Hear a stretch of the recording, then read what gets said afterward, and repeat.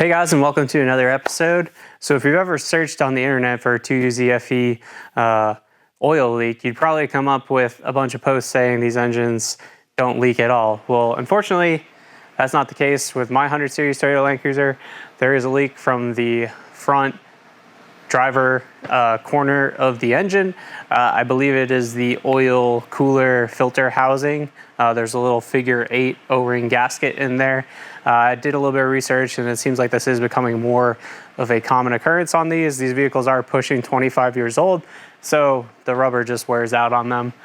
So I did put some like luminescent dye in there, and you can kind of see it coming through the bolt holes. So I'm pretty sure that's the issue. I'm going to replace it and clean it up, drive it a little bit, and then test it just to confirm that that is actually where it's leaking. It's a very cheap part. It's like $1.98 or something like that from Toyota to get the figure 8 O-ring on there. Pretty easy to do while you're changing the oil, which is what I'm going to be doing today. So with that, let's get to it. So I waited until my vehicle needed an oil change to do this. You don't actually have to drain the oil to do this. I mean, you will lose a little bit from the filter housing. But anyways, I'm going to be doing oil service during the gasket replacement.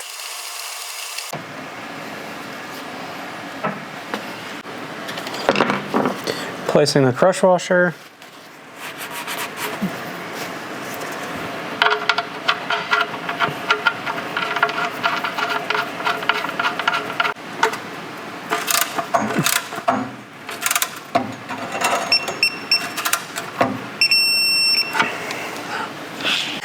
All right, now to remove the oil filter, which you will have to do for this because I don't think you would have the real estate to work without doing it.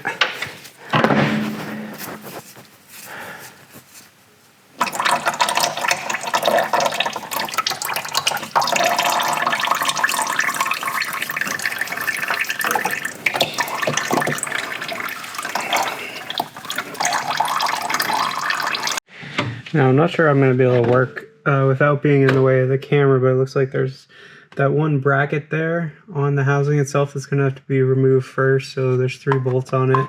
Looks like potentially 2 12s and a 14. So I'm going to work on getting those out. I need to stand right where the camera is though, so I guess I'll check back in once I get that removed.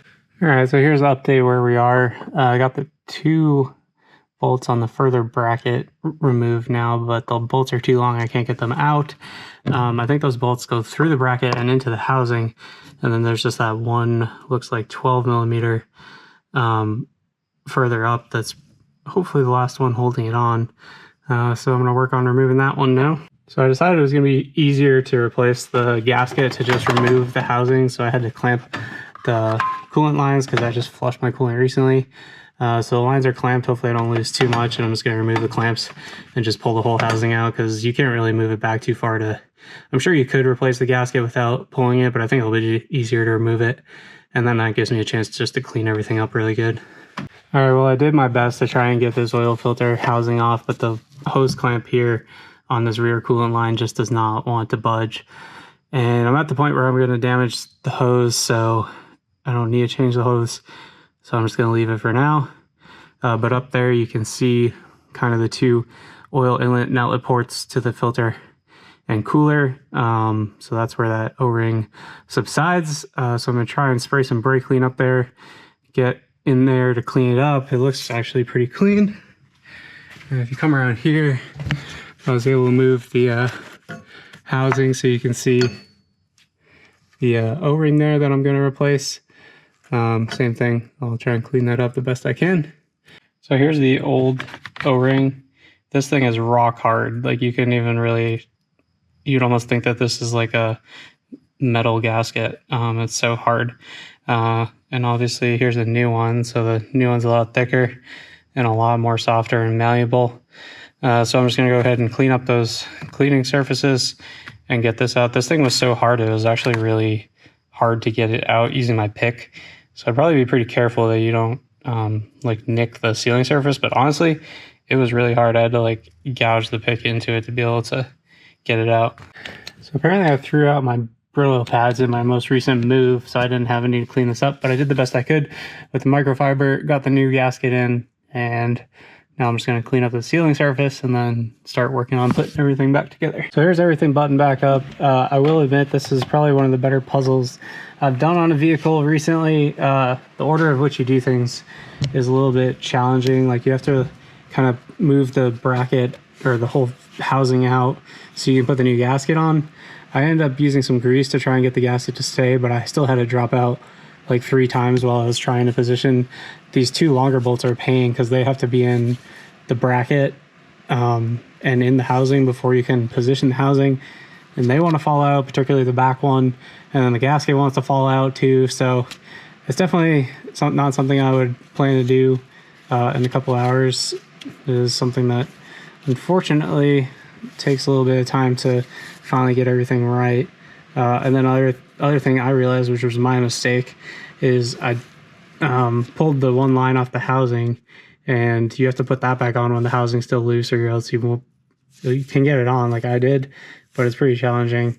And I'm gonna have to put hose clamps on there because somehow the 2 clamps on here got tied up with each other. Sorry, I'm not even putting the camera in the right way. The 2 hose clamps ended up on top of each other and I can't get them apart, so I'm gonna have to put hose clamps on there. But everything is tightened down. The torque spec for the housing is 47 foot-pounds, but good luck getting a torque wrench in there. So I just did good and tight for everything. So I'm gonna put the new oil filter on, and then I'll clean up this area so that I can actually monitor it and make sure I fix the leak. With the US tariffs going into effect, I decided to stock up on Toyota oil filters. So I think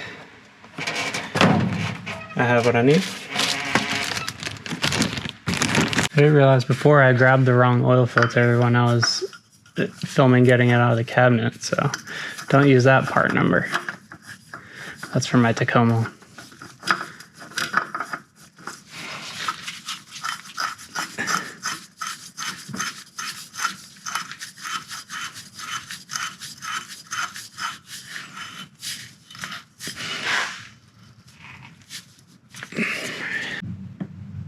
I'm gonna go no funnel today. We'll see how this works out. This is pretty easy truck to fill without a funnel, and then also these liquid mollies, as long as you hold them sideways, they don't really chug too much.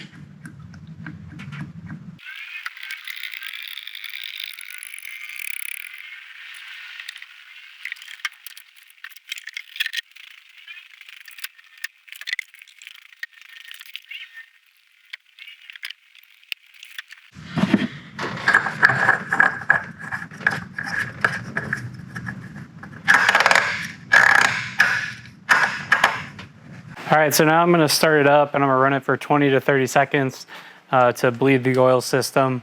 And then I'll crawl under it, make sure there's no gushing leaks. I'll dial in my oil level. Then I'll probably run it for 5 to 10 minutes. Then I'll put it back up on the lift and check for leaks.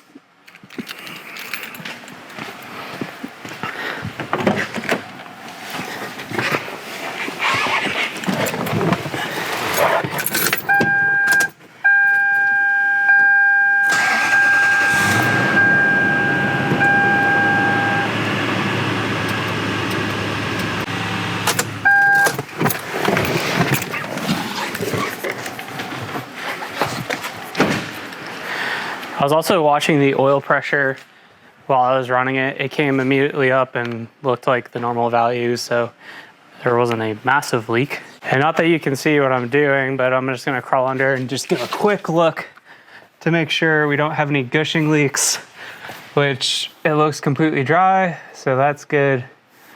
It tends to leak through the bolt holes, so you can look at the bolt holes to try and see and make sure it's not leaking, but it looks like the gasket seated itself correctly, which was part of the challenge there, was getting it back on with the gasket sitting in the right place.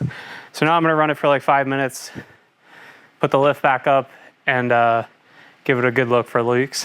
All right, so now I ran the truck for about 5 minutes, so I'm just gonna inspect it for leaks. And it's kind of hard to see, but basically you're just looking at the bolt holes for the bracket and making sure there's no oil weeping out. I probably didn't do the best job cleaning it as I could have. I sprayed the brake cleaner from the front, but not from this angle, so it looks like there's still some old residual oil, but I don't see like any fresh new oil pooling up there. It all looks pretty dirty. So I will continue to monitor this every couple of days for a while, just to make sure that it doesn't continue. But it's not pouring out, which with a new gasket, if it doesn't see correctly, is always a little bit of an issue. This lower bolt looks completely clean where I did actually clean it properly. So I'm just gonna go ahead and spray a little bit more brake clean in from this direction. And then like I said, I'll watch it every couple of days for a week or so, just to make sure that it stays as it is. So that's a wrap on this episode, guys. Overall, pretty simple job. Part couldn't be any cheaper. It was like $1.98 or something like that. But yeah, it's one of those jobs you really have to pay attention to the way that you take it apart, because it has to go back in a very choreographed manner in order to get everything to line up and go in correctly. Basically, the two longer bolts on the housing have to be in. The gasket has to be seated. If you take the coolant lines off, they have to be on, because they won't go. They're very difficult to get back on once the housing's in place. But yeah, it was kind of moderate job, I would say. Definitely doable. Definitely a little frustrating though, I'm not gonna lie. But anyways, it's done. Like I said, I'm gonna continue to monitor it for a couple days, just to make sure that it actually stops, doesn't continue. But yeah, I hope you guys like this episode, and stay tuned for next time.